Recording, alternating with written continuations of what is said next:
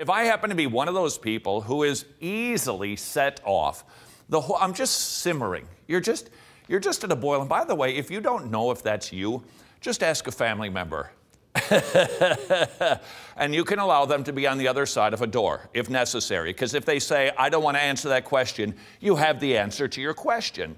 Ask somebody who lives with you, are you easily provoked by the simplest things? You're watching TV, somebody comes in and interferes. Duh! You're just ready to blow. Somebody makes just a bit of a mess on the floor, and you let everybody in the house know your displeasure, or the plans that you've made in your head nobody seems to be following, or they can't get into the van at the right time, on time, and you just turn it into a détente summit where this just requires intervention from foreign nations and the ever-efficient UN. My point is, ask your family if you are easily provoked, because it is a sin and we are not supposed to be that way because God is not that way. You know what I just did to you? I burdened you. I just heaped a little law on you. Now the question is, how does the Christian not be irritated without being a Pharisee? Because if all you do is hear this little diatribe, which it certainly does seem to be turning into, and just go, okay, well, I'm going to stop being irritated. Oh, that's not the Christian faith. The Christian faith gives you a reason to not want to be that. What is your reason for not being irritable with people? By looking at God, who is never irritable with you.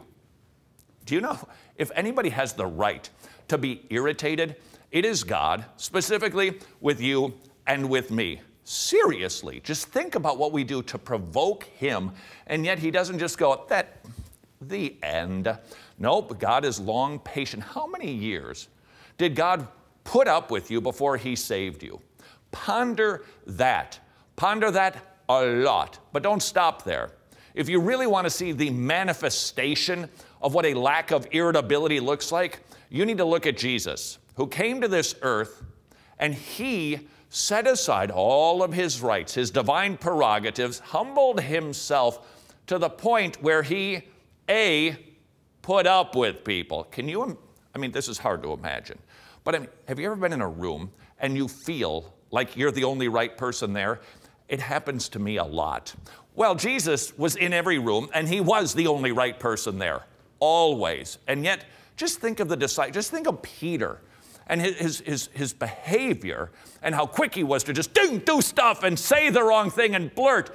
Think about Jesus on the cross when the disciples were chickens and they split. There he was, dying for their sins, and they're nowhere to be found. Should he have been a little cranky? Mm-hmm. What does he do? Instead, he prays for them. What? Jesus is our role model. Jesus is the one that we should look to. Philippians 2, he should have been cranky honestly. And yet, what does he do?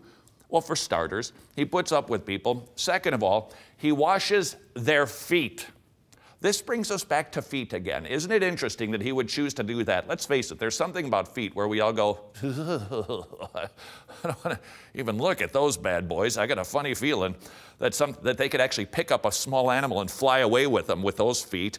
We got an aversion to feet. What did Jesus do? He washed their undoubtedly stinky, dirty feet, which walked streets that animals would walk on, defecate. It was their public toilet. And you had to walk on those streets. Just like the disciples did, Jesus washed those feet. In essence, a picture of his servitude toward you. That should cause you to go, wow, how can I be anything but patient with people when God has shown so much patience and kindness to me? Third, God is not going to send you to hell. How's about that for being patient and kind? And when we study those things, how do we do that? By reading the Word.